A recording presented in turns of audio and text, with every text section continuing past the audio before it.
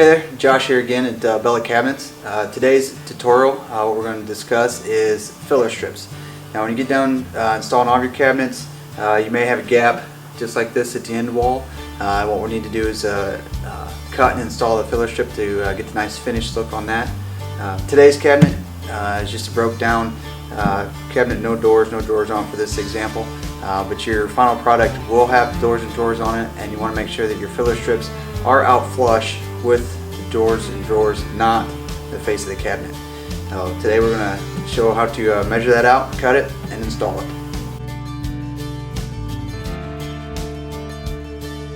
Alright, so what we want to do is get a measurement from our gap here. I do suggest measuring at the top for one dimension, and then also again, not at the bottom. You may be working in an older home, you may have a wall that's not perfectly plumb, because I know our cabinets are going to be plumb after we install the lake levelers. So you do want to get measurement top and bottom so you get a nice even fit all the way across. On this particular cabinet, our gap here today is 3 3/4 inches. That's the number you want to remember for when you're cutting your filler strip. Okay, now we're at our table saw. I've went ahead and preset the guide at our 3 3/4 inches. Still a good idea to use your tape measure just to verify that you do have 3 3/4 inches on your table saw. What we're going to do is we're going to take our filler strip. Okay, this here's filler strip that will be provided. It's got one side edging on it, and the back side has the dowel holes and the sticker. So what you want to do is when you mark it out, you want to measure from your facing inward. That's the piece you're going to keep. That's the piece you're going to put back in your cabinet.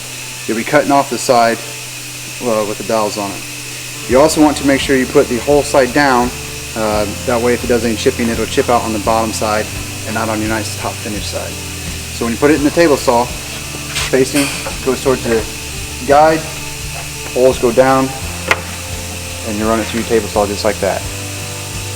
Okay, now that we've got our filler piece ripped down to the width we needed, next thing we're going to do is take the remainder piece that we cut off that's got the dowels in it, and we're going to assemble it in these grooves. So what we're going to do is take the green dowels, line them up in the slots. Once it's engaged, just slide it together. If you need to add a little extra force to it, you can stand it up, just kind of shove it down until it's flush. Now with this being the filler piece, we don't need to worry about this back side.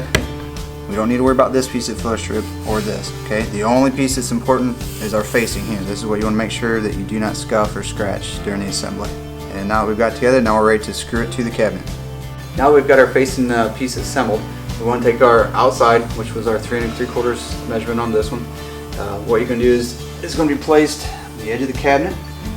Just slide right in. And you want to make sure, if you have this cabinet out, you can screw from the outside. If you cannot pull the cabinet back out, you can always drill and screw from the inside here. Okay, you want to make sure that your filler piece is flush with the top of your cabinet. You want to make sure it's not low, otherwise you'll have a gap underneath your cabinet, and obviously for the other reason you don't want it to stick up, because then your cabinet countertop will stick up. And you can see here how the facing protrudes past the edge of the cabinet. That way it'll line up with your doors and drawers. Okay, for our example here on our finished cabinets, what we use is our showroom model. This one here is L facing, and then so is this one. They were both screwed from the back side so that when you do open the doors, you do not see any exposed screws in there. As you can see, we did flush it up with the face of the drawers and the doors. That way when you close them, everything has a nice clean look. Also, it's flush with the top of the cabinet. That way our nice countertop sits evenly. There's no humps and there's no gaps. That way when you got a finished product, everything's nice and clean and ready to go.